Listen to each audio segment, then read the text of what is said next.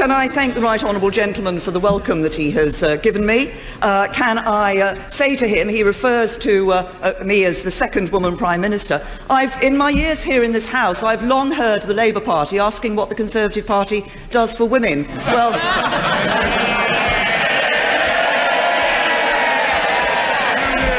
just keeps making us Prime Minister.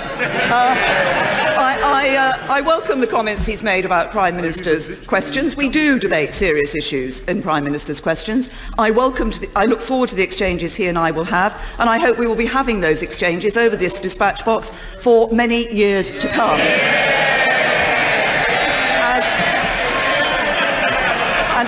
As regards the Orgreave inquiry, I think the Shadow Home Secretary has an urgent question on that this afternoon, which the Home Secretary will be responding to. Jeremy Corbyn. Thank you, Mr. Speaker.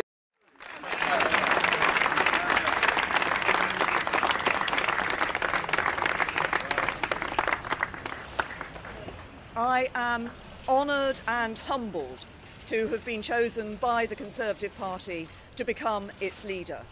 I would like to pay tribute to the other candidates during the election campaign, and I would like to pay tribute to Andrea Leadsom for the dignity that she has shown today. I would also like to pay tribute to David Cameron for the leadership that he has shown our party and our country.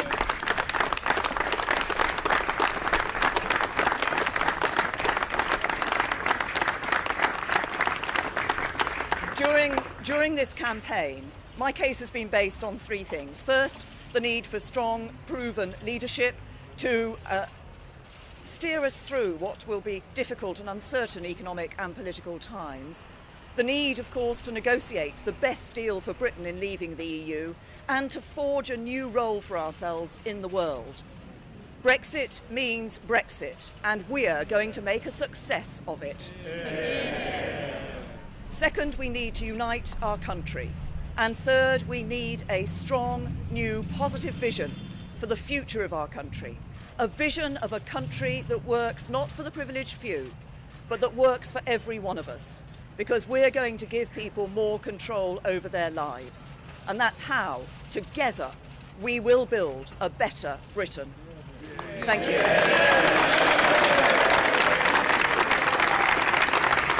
Well, Scotland's very important to me. When I stood on the steps of Downing Street, of number 10 Downing Street on Wednesday, I made clear that I believe in the United Kingdom. And I've just had an excellent meeting with the First Minister, a very constructive and positive meeting.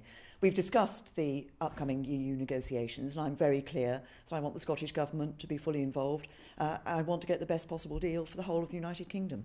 I've made an early trip to Scotland because Scotland is important to me. I wanted to ensure that the first visit I did was up here in Scotland. I've had an excellent meeting with Nicola Sturgeon, and I look forward to very constructive and positive discussions with her going forward.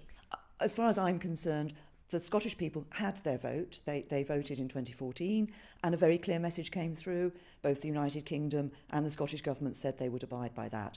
We now have the challenge, though, as the United Kingdom, to ensure that we can get the best possible deal for the whole of the United Kingdom from the EU negotiations when the UK leaves the EU.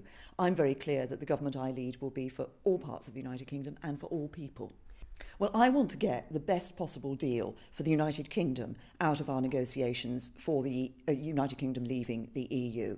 But I'm willing to listen to options. I've been very clear with the First Minister today that I want the Scottish Government to be fully engaged in our discussions, in our considerations, and I will listen to any options they bring forward. I've already said that I won't be triggering Article 50 until I think that we have a UK approach and objectives for the negotiations. I think it's important that we establish that before we trigger Article 50.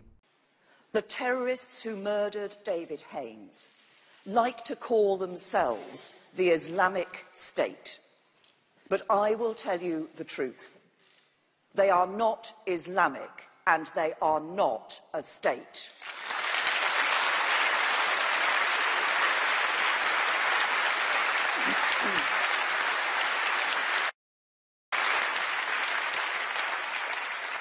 Their actions have absolutely no basis in anything written in the Quran. What they believe has no resemblance whatsoever to the beliefs of more than 1 billion Muslims all over the world.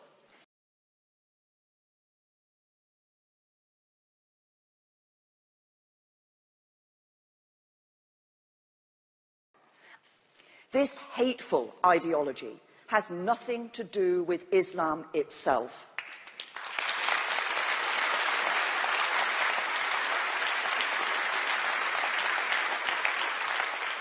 And it is rejected by the overwhelming majority of Muslims in Britain and around the world.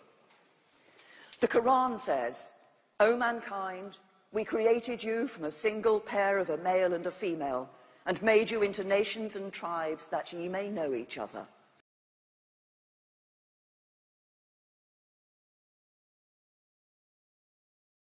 It says, "Let there be no compulsion in religion."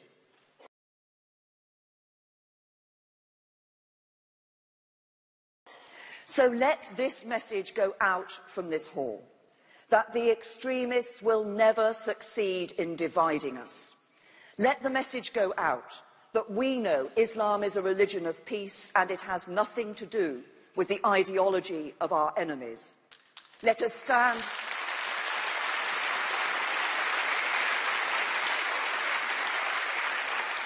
And let us stand side by side with the British Muslims who are coming together and saying, "Not in my name."